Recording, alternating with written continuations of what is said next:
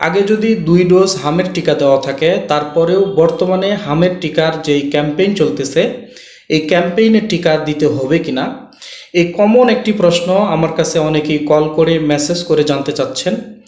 আবার অনেক অভিভাবকদের মধ্যে একটা কনফিউশন কাজ করছে।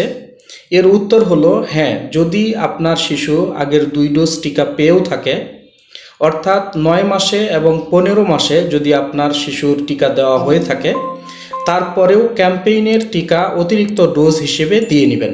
এটা বুস্টার ডোজ হিসেবে কাউন্ট হবে। আপনার শিশুর বয়স যদি 6 মাস থেকে 5 বছরের মধ্যে থাকে, তাহলে হামের টিকার যে ক্যাম্পেইন চলতেছে তার একটি ডোজ আপনার শিশুকে দিয়ে নেবেন।